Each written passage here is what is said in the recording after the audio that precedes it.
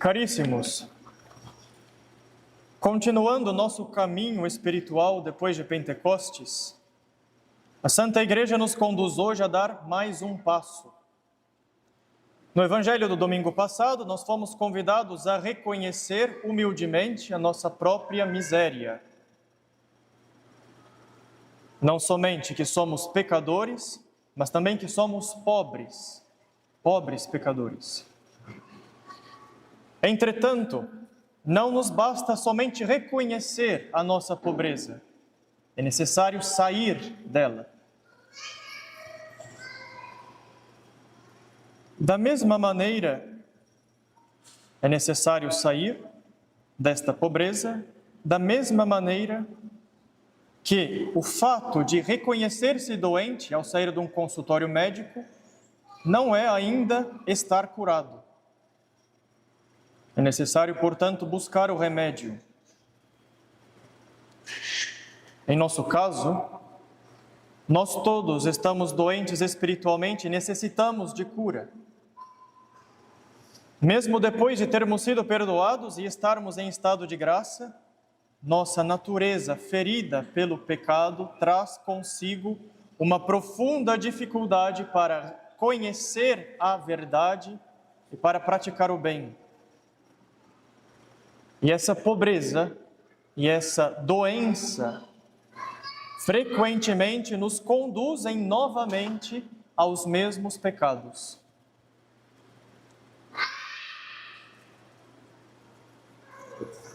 Por isso, a Santa Igreja nos apresenta hoje o Evangelho da cura de um surdo-mudo, para que compreendamos que há um auxílio para a nossa pobreza, há uma cura para a nossa enfermidade.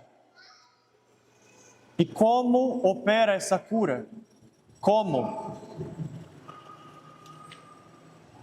Nosso Senhor serve-se, portanto, da sua própria humanidade, de maneira extremamente concreta, para comunicar ao homem a sua graça.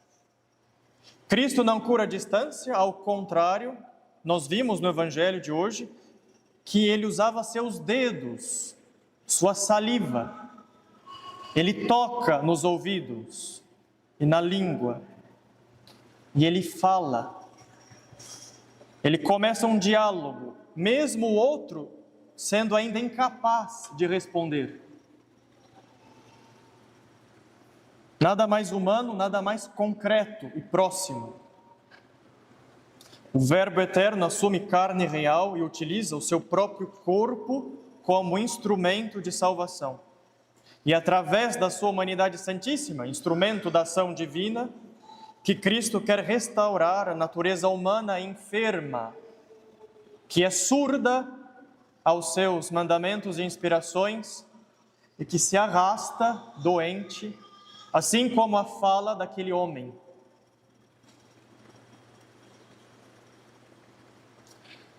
Para compreender a ação de Cristo, precisamos primeiro entender a condição da humanidade após a queda do pecado original. O pecado feriu o homem, mas não o destruiu por completo. Mesmo assim, nós experimentamos o peso dessa decadência. Sentimos uma imensa dificuldade de conhecer a verdade, pois a nossa inteligência se encurva diante do erro, das distrações. Nossa inteligência muitas vezes não quer ver claramente os nossos defeitos ou as causas dos nossos pecados, pois ela sabe que depois terá que combatê-los. Sabe que deverá fazer sacrifícios e mudar de vida.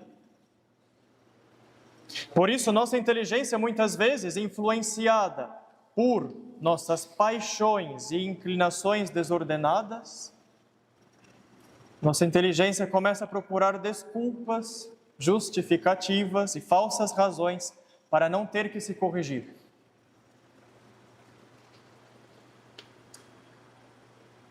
Nós também sentimos uma grave dificuldade de fazer esforços, pois nossa vontade vacila diante do dever e se cansa na prática da virtude. Enfim, o homem após o pecado original é verdadeiramente doente, mas não incapaz. Não nos tornamos incapazes do bem ou desprovidos de razão. Continuamos a ter inteligência para conhecer e vontade para amar. O homem do Evangelho era verdadeiramente enfermo e limitado, mas não estava privado de toda capacidade de comunicação. É justamente por isso que o evangelista São Marcos não utiliza simplesmente um termo que significa mudo, mas ele utiliza o termo utilizado por ele, por São Marcos, significa alguém que fala com dificuldade. Não se trata, portanto, simplesmente de alguém absolutamente incapaz de falar, mas alguém cuja fala é dificultosa, imperfeita, penosa. Alguém limitado, mas não incapaz, assim como nossa natureza humana depois do pecado. E como Deus restaura essa natureza humana? Como Ele restaura? Se encarnando, se fazendo limitado como nós, embora todo-poderoso. Ele desce e toca os ouvidos daquele homem, toca sua língua, usa sua saliva. E com isso tudo, nós contemplamos a condescendência de Deus. Deus que vem até o homem, por meio da humanidade de Cristo, da maneira mais próxima e concreta possível, para levantar o homem da sua miséria.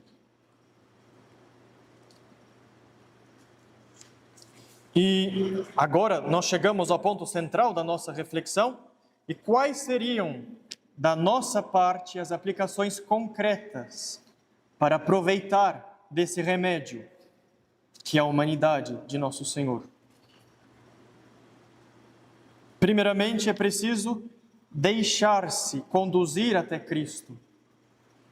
Pois o Evangelho diz, trouxeram-lhe um surdo-mudo.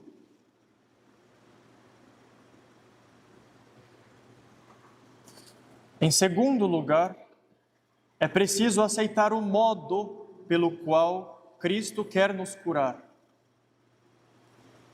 Inicialmente, aqueles que trouxeram este surdo-mudo pediam a Jesus que impusesse a mão. Mas Jesus não quis fazer assim. Jesus o levou para o silêncio, ou seja, para o recolhimento da oração, da meditação. Recolhimento e meditação que, aliás, muitos de nós tentam fugir, cheios de desculpas. Jesus também chegou a cuspir, um tanto inusitado. Quem de nós aceitaria um tratamento desse, sem uma certa repulsa? Um cuspe. Jesus cuspiu para tocar a língua daquele homem, e com sua saliva, Jesus cuspiu para tocar a língua daquele homem com sua saliva, e ele, aquele homem, simplesmente se deixou conduzir e se submeteu à ação do Salvador. Entretanto, muitas vezes nós queremos ser curados sem aceitar o tratamento. Queremos vencer um pecado, mas não queremos evitar a ocasião que nos conduz a ele. Queremos ter mais paciência, mas não queremos suportar aquilo que nos contraria. Queremos ser castos, mas não queremos mortificar os sentidos. Queremos ser humildes, mas não queremos aceitar uma humilhação, etc, etc.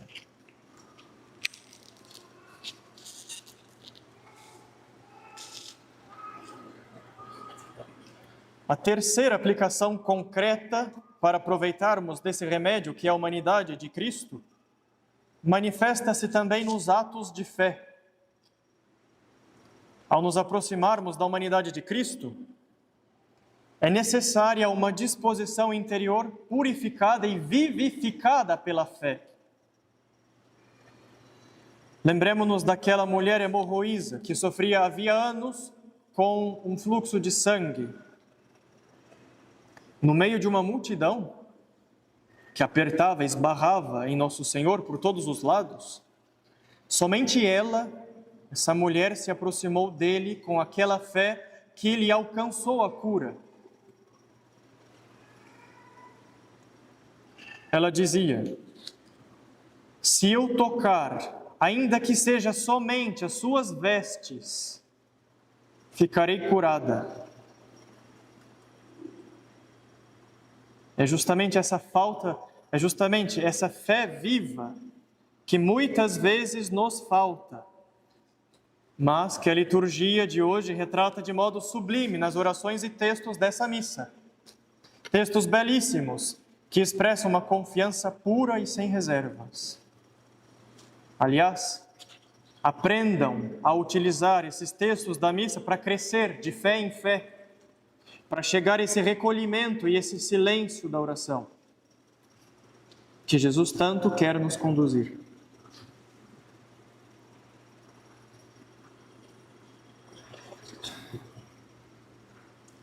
A quarta e última aplicação concreta é a Sagrada Comunhão. Se é pela humanidade santíssima de Cristo que Deus quis comunicar ao homem a sua graça, onde hoje podemos encontrar sacramentalmente essa mesma humanidade, senão na Eucaristia?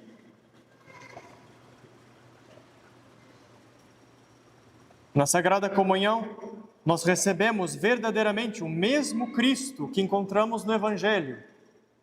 O mesmo Cristo que se aproximou daquele enfermo é aquele que vem hoje até nós. Por isso, a comunhão não pode ser para nós um ato puramente rotineiro ou banal. É uma tristeza ver um cristão comungar, voltar para o banco, rezar uma breve Ave Maria, fazer um rápido sinal de cruz. Depois ele se senta, cruza os braços e espera a missa acabar. É uma tristeza isto.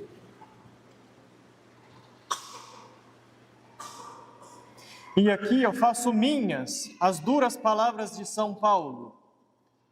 Aquele que come e bebe indignamente, não discernindo o corpo do Senhor, come e bebe a sua própria condenação.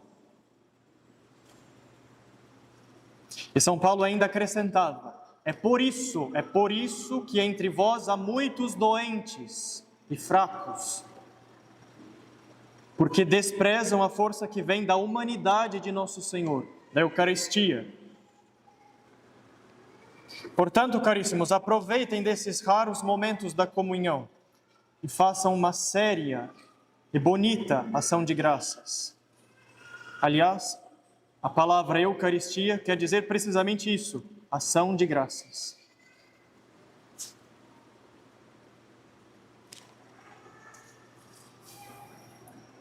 Para, enfim, terminar essa breve reflexão, filhos caríssimos, não nos acomodemos nas limitações da nossa natureza. Deixemo-nos conduzir a Cristo. Aceitemos a sua pedagogia, o meio pelo qual Ele quer nos curar. O silêncio, a mortificação, meios que Ele escolheu, não os que eu prefiro. Apresentemos a Ele as nossas mudezes e surdezes espirituais, para que Ele pronuncie sobre a nossa inteligência e vontade aquela palavra, éfata, abre-te. Abre-te para a verdade de Deus, abre-te para a graça dos sacramentos, abre-te. Que a nossa vida seja uma eterna ação de graças, a exemplo daquele homem surdo-mudo, que, uma vez curado, não cessou de proclamar as maravilhas do Senhor. As maravilhas divinas da humanidade de nosso Senhor. Em nome do Pai, do Filho e do Espírito Santo. Amém.